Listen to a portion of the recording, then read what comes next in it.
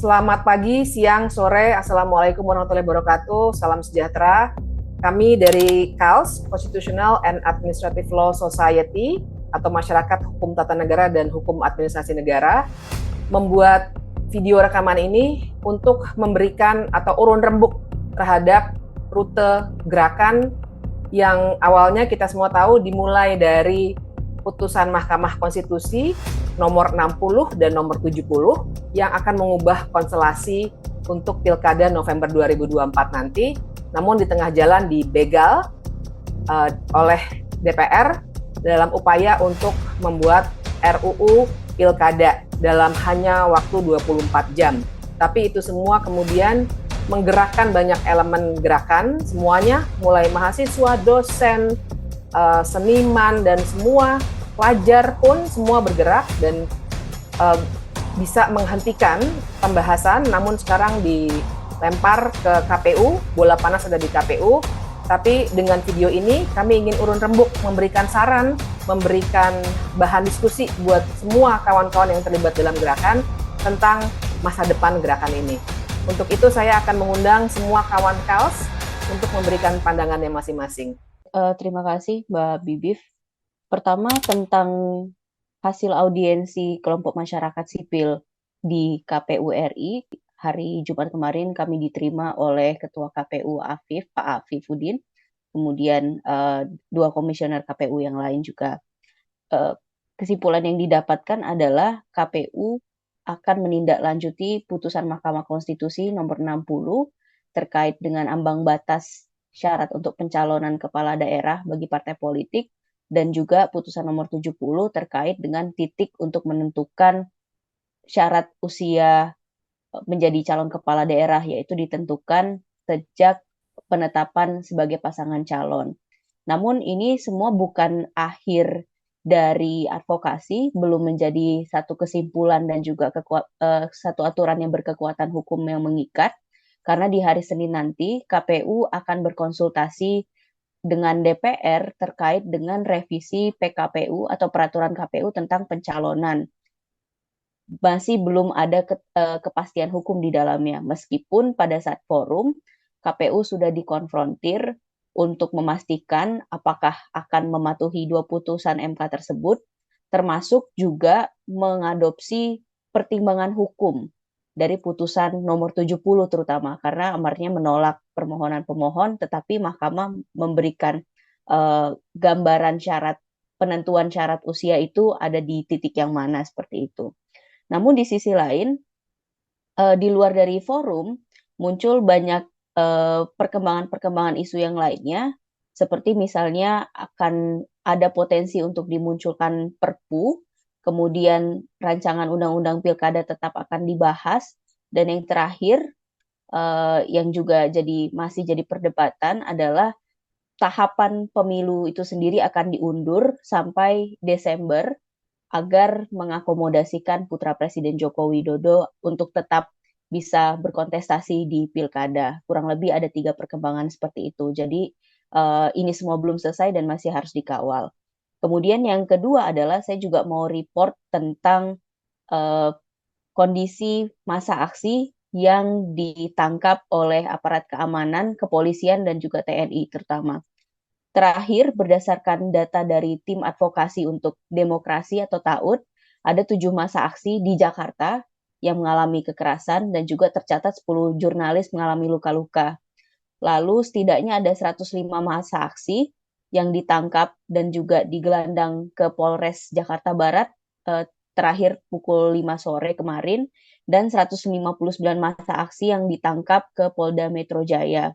Untuk saat ini, massa aksi yang lain sudah dibebaskan, tapi masih ada 19 massa aksi yang ditetapkan sebagai tersangka karena akibat perusakan fasilitas umum, melawan kekuasaan negara, dan juga melawan aparat, dan ada beberapa pasal lainnya juga yang terkait dengan penyampaian pendapat di muka publik. Penegakan hukum seperti ini harus dikawal karena ini mencerminkan satu excessive use of power dari kepolisian, dan juga ada TNI di dalamnya, yang mana akan terkait dengan perluasan kewenangan TNI dan Polri dalam Hankam, di dalam RUU Polri dan juga RUU TNI.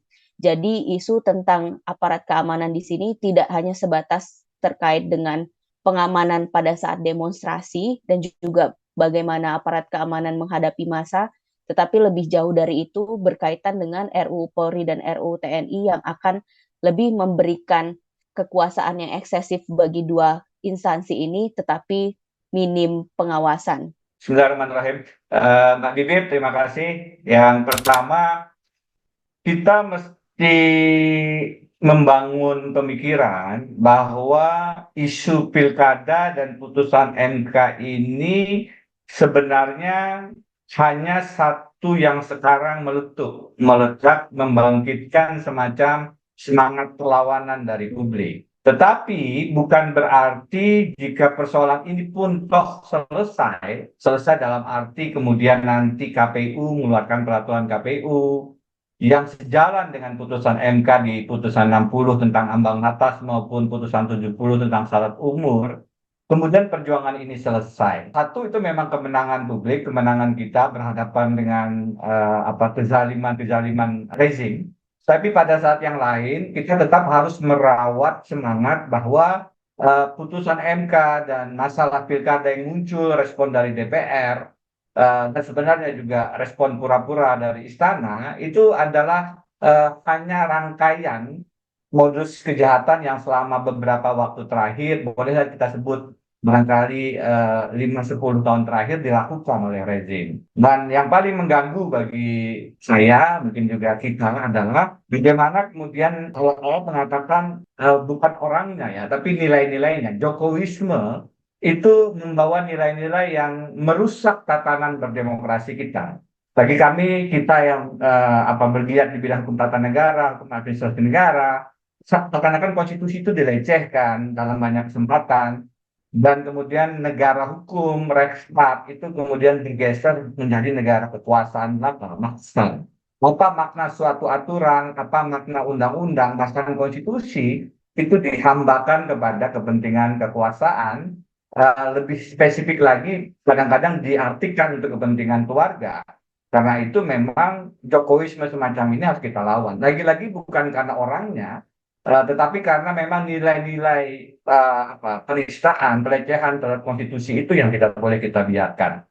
Itu yang pertama. Yang kedua, semangat reformasi kemudian yang melaksanakan undang-undang, perubahan-perubahannya, kemudian melawan KKN, itu betul-betul selama beberapa waktu terakhir ini kita lihat juga memudar gitu. Saya ingin menyebut minimal ada 5 ya, skandal-skandal yang barangkali sama-sama harus kita perhatikan.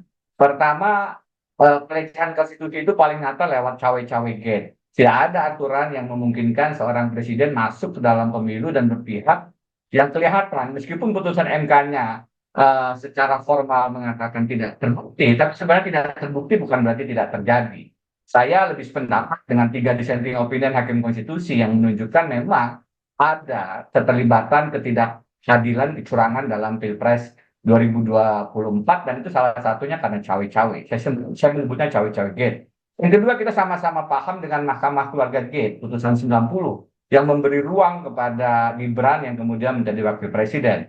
Yang ketiga, Mahkamah Agung Gate yang memberi ruang kepada Kaisang sebelum putusan 90 juga maju, dan kalaupun sekarang tidak maju karena berbagai penolakan dan desakan dari civil society.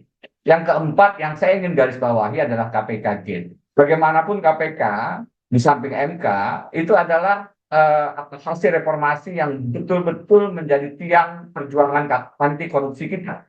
Dan di era rezim Jokowi inilah KPK betul-betul dilecehkan, dilemaskan dalam perubahan undang-undang dasar, dilemaskan lewat menaruh orang-orang yang tidak kompeten, tidak berintegritas, dan akibat terjerat kasus menjadi tersangka suap, dan dilemahkan dengan berbagai TWK, tes wawasan kebangsaan, sehingga banyak rekan-rekan yang sudah lama berjuang akhirnya dipecat. Dan yang terakhir yang ingin saya sampaikan adalah Pilkada Gate. Pilkada Gate ini pilkada Solo yang pura-pura, pilkada Medan yang harus kita kritisi, dan banyak pilkada yang akan kemudian dilakukan di 2024 ini sebenarnya ada penguatan rezim dan kekuasaan dan kroni-kroninya. Semua ini sebenarnya adalah satu pelecehan terhadap daulat rakyat. dan karenanya kita harus sama-sama melakukan perlawanan. Nanti akan dijelaskan oleh teman-teman yang lain bagaimana banyak produk legislasi yang sudah atau yang akan diluncurkan sebenarnya adalah bagian dari manipulasi proses legislasi untuk kepentingan rezim kekuasaan, untuk kepentingan bisnis kekuasaan, dan tidak ada sebenarnya kepentingan publik di dalamnya. Karena itu, meskipun besok misalnya menjelang pilkada, putusan MK itu kemudian dihormati, itu adalah satu langkah kemenangan yang tidak boleh membuat kita berhenti terus melakukan perjuangan. Yang kita lawan adalah kepemimpinan yang tiran, kepemimpinan yang korektif, tidak menghargai konstitusi, dan karenanya kita harus menyelamatkan negara hukum. Kita lakukan langkah-langkah untuk menyelamatkan kedaulatan di Indonesia. Kawan-kawan jangan berhenti dengan RUU Pilkada, karena kalau kita ingat kembali bagaimana tahun 2019 lalu revisi Undang-Undang KPK itu juga merupakan inisiatif dari DPR. Dan kita lihat hasilnya hari ini KPK luluh lantak. Kita harus semakin cermat dengan berbagai usulan rancangan undang-undang yang muncul dari DPR. Karena bisa jadi itu bukan kepentingan rakyat yang sedang dibawa.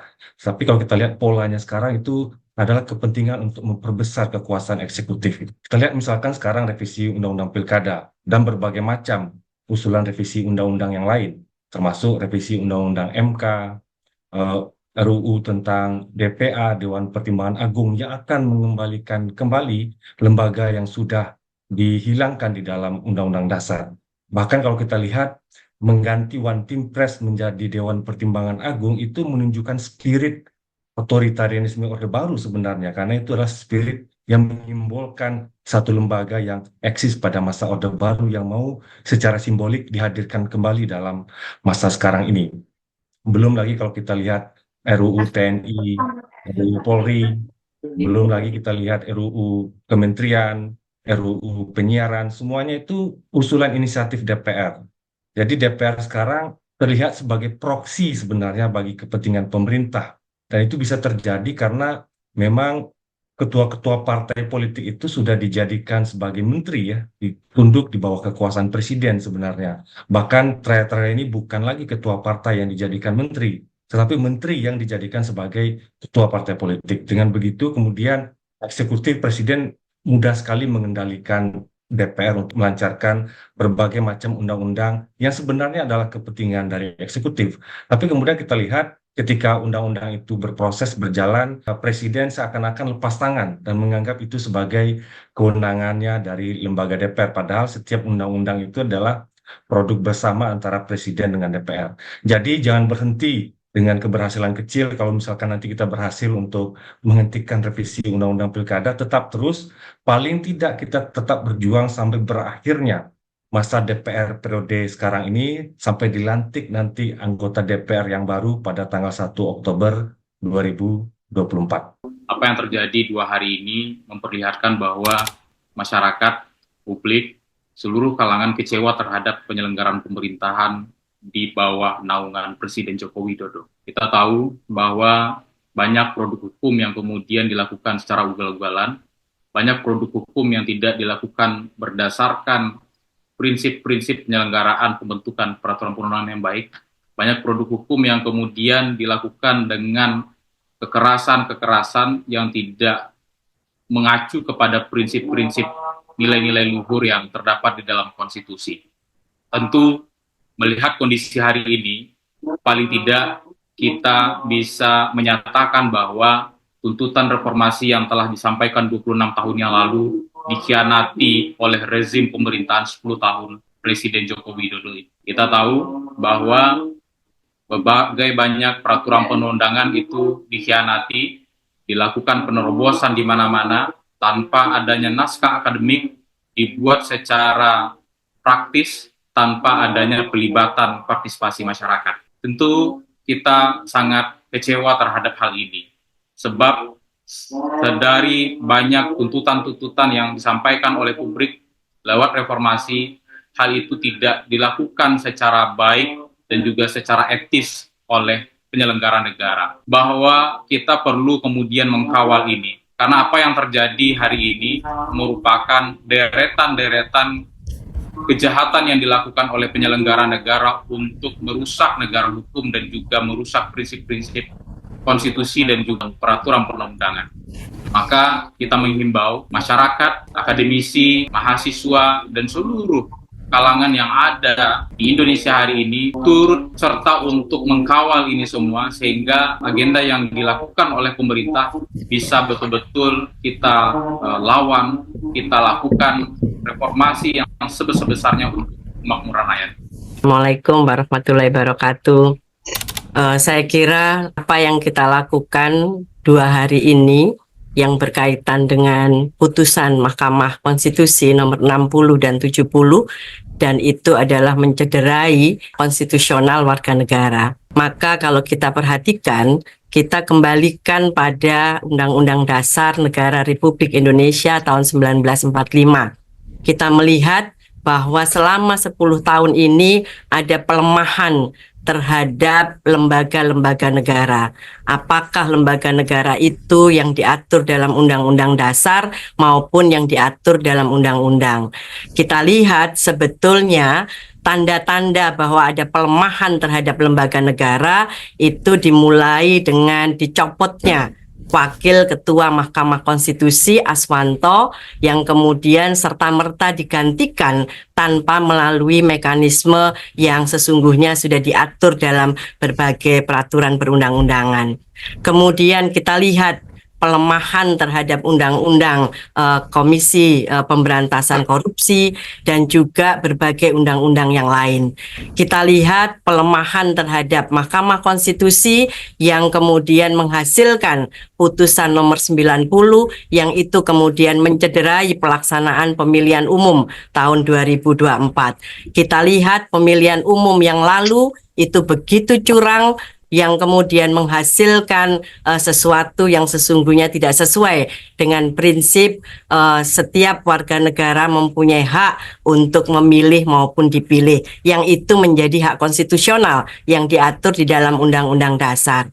Yang lain kita bisa melihat posisi pada saat pemilihan umum, posisi KPU, Bawaslu maupun DKPP. Saya kira ini menjadi satu perhatian kita bersama ketika kemudian terjadi berbagai penyalahgunaan yang itu tidak sesuai dengan prinsip keberadaan KPU berdasarkan pasal 22E ayat 5 Undang-Undang Dasar Negara Republik Indonesia tahun 45. Berbagai peraturan perundang-undangan yang lain yang juga kita harus waspadai. Sekarang sedang digagas undang-undang terkait dengan undang-undang penyiaran, undang-undang Polri, undang-undang TNI, kementerian, dan saya sependapat tadi terkait dengan adanya lembaga baru yang akan dibentuk yaitu DPA, belum lagi soal yang belum selesai undang-undang IKN yang kemudian mencabut undang-undang Jakarta sebagai daerah ibu kota negara yang kita bisa melihat sekarang belum ada solusinya. Nah, mari kawan-kawan, saya kira agenda kita mengadvokasi bagaimana penyelenggaraan negara itu yang seharusnya sesuai dengan prinsip negara hukum, rule of law, sesuai dengan prinsip sistem konstitusi dan konstitusionalisme. Kita harus terus menggerakkan seluruh elemen bangsa, mengedukasi seluruh rakyat bahwa kita ini bukan alat kekuasaan, tapi kita adalah pemilik kedaulatan. Kekuasaan tertinggi ada di tangan rakyat. Saya kira itu yang ingin kami sampaikan. Semangat terus teman-teman untuk melakukan gerakan sampai kondisi negara ini kembali pada jiwa, ruh, semangat sesuai dengan konstitusionalisme yang dijamin di dalam Undang-Undang Dasar 45. Teman-teman sekalian, siapapun semua orang yang mendengarkan percakapan kami sengaja barangkali memasang peringatan darurat di belakang. Peringatan yang sebenarnya mengapa kami berkumpul, mengapa kami menyampaikan sesuatu, karena sebenarnya inilah peringatan itu. Kami mau mengingatkan kepada siapapun pemilik kuasa, orang yang menjalankan kekuasaan, baik yang tinggal 2 bulan maupun mendatang 5 tahun, insya Allah kami tidak akan pernah mati. Kekuatan oposisi, kekuatan pengkritisi, dan kekuatan orang yang mau melihat pelaksanaan negeri ini lebih baik, itu selalu ada.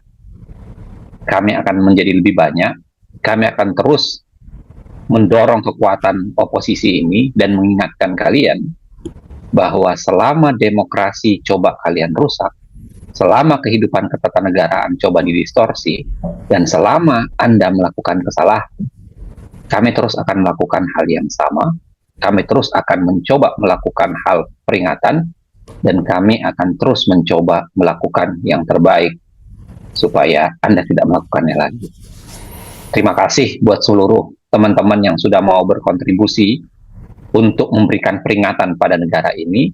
Tapi sekali lagi, ini adalah upaya kita untuk menyampaikan, siapapun Anda penguasa, ingatlah kami masih ada. Orang-orang harus dibangunkan. Organ yang lahir dari rahim konstitusi durhaka terhadap konstitusi.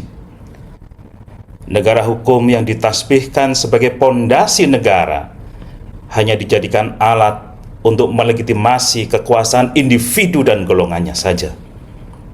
Hukum dijadikan alat menekan lawan dan merekrut kawan. Undang-undang dibuat serampangan tanpa partisipasi masyarakat demi hasrat berkuasa. Pembentukan undang-undang kilat mengabaikan asas dan falsafah kepastian, kemanfaatan, dan keadilan hukum. Praktek buruk pembentukan revisi Undang-Undang KPK, Undang-Undang Cipta Kerja, Undang-Undang Kesehatan, dan peraturan pemerintah turunannya harus dihentikan di masa yang akan datang. Jangan sampai menular pada rancangan undang-undang perubahan, undang-undang pilkada, rancangan undang-undang Polri, rancangan undang-undang TNI, dan rancangan undang-undang MK yang akan datang. Mari kita bersama bangun dari keterpurukan negara hukum Indonesia yang saat ini terpampang di wajah kita. Negara adalah saya, hukum adalah saya. Kira-kira itu yang kemudian hari ini kita temukan seperempat abad reformasi kita gulirkan. Cita-cita rule of law ternyata sudah berubah menjadi rule by law. Cita-cita negara Rechtsstaat ternyata sudah berubah menjadi Mahstat. Dan ini hanya terjadi dalam 10 tahun terakhir pemerintahan Jokowi. Produk legislasi ugal-ugalan dilakukan lagi dan lagi, dan itu dilakukan tetap selalu dengan pola yang sama. Di akhir masa periodisasi, baik anggota DPR dan pemerintah. Kalau dulu DPR sebagai lembaga yang taunya nyanyian lagu setuju, kata Iwan Fals. Kalau sekarang tidak. Mereka justru menjadi lembaga yang maunya presiden. Itu yang dia lakukan. Dia tidak lagi menjadi lembaga penyeimbang. DPR lepas tangan atas keinginan rakyat. Justru menjabat tangan presiden. Apa yang diinginkan oleh presiden. Dan itu terbukti. Undang-Undang Cipta Kerja, Undang-Undang IKN, Minerba, KPK, MK. Itu sebagai contoh yang kemudian kita saksikan di masa lalu. Kita tidak mau lagi itu terulang. Dan terbukti, jika kita bersatu, jika rakyat bersatu, tak bisa dikalahkan. Dan ini harus kita kawal terus. Tunjukkan bahwa memang rakyatlah yang berdaulat. Jika saluran-saluran formal itu tak bisa lagi digunakan, saatnya turun ke jalan. Gunakan kekuatan ekstra parlementer. Gunakan kekuatan ekstra konstitusional untuk melawan segala tindakan inkonstitusional yang melawan nalar negara hukum kita. Negara ini punya kita, bukan punya mereka.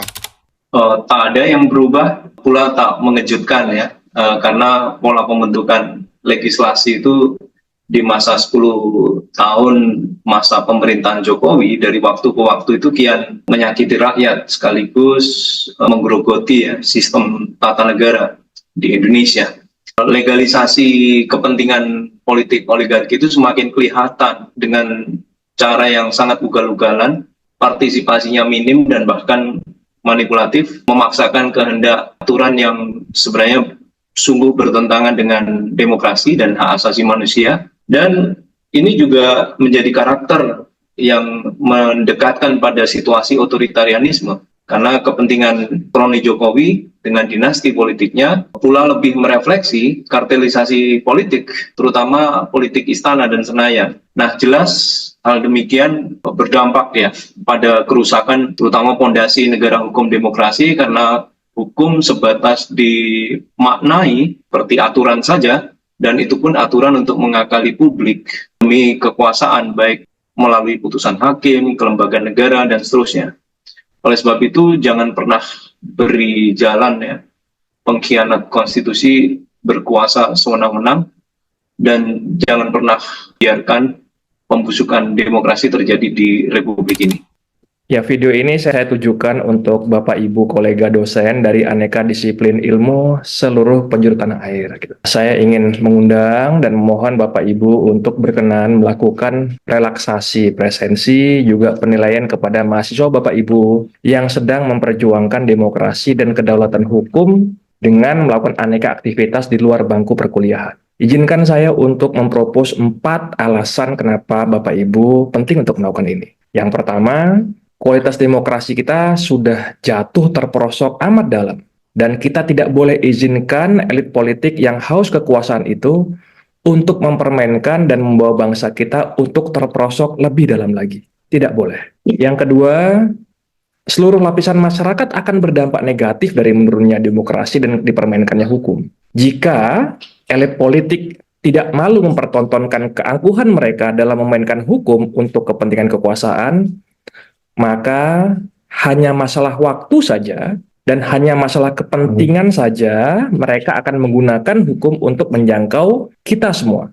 Yang ketiga, izinkan saya juga mengingatkan bahwa Bapak Ibu dosen punya Undang-Undang Guru dan Dosen. Pada pasal 51 di sana disampaikan bahwa dosen memiliki kebebasan akademik, mimbar akademik, dan otonomi keilmuan. Kita juga memiliki kebebasan dalam memberikan penilaian. Terkait dengan poin nomor 3 itu, izinkan saya untuk membawanya ke nomor 4. Jadi mari kita bayangkan, mari kita sebagai sama-sama dosen membayangkan bahwa mahasiswa itu sedang memenuhi panggilan Ibu Pertiwi yang sedang terisak karena sebagian anaknya, para politisi yang haus kekuasaan, sedang bengal dan durhaka. Anggaplah mahasiswa kita itu sedang KKN, kuliah kerja nyata. Anggaplah mereka sedang menginterpretasikan ulang makna MBKM, tapi diinterpretasikan dengan jalan yang lebih progresif. Gitu. Merdeka Belajar Kampus Merdeka dalam arti yang lebih progresif.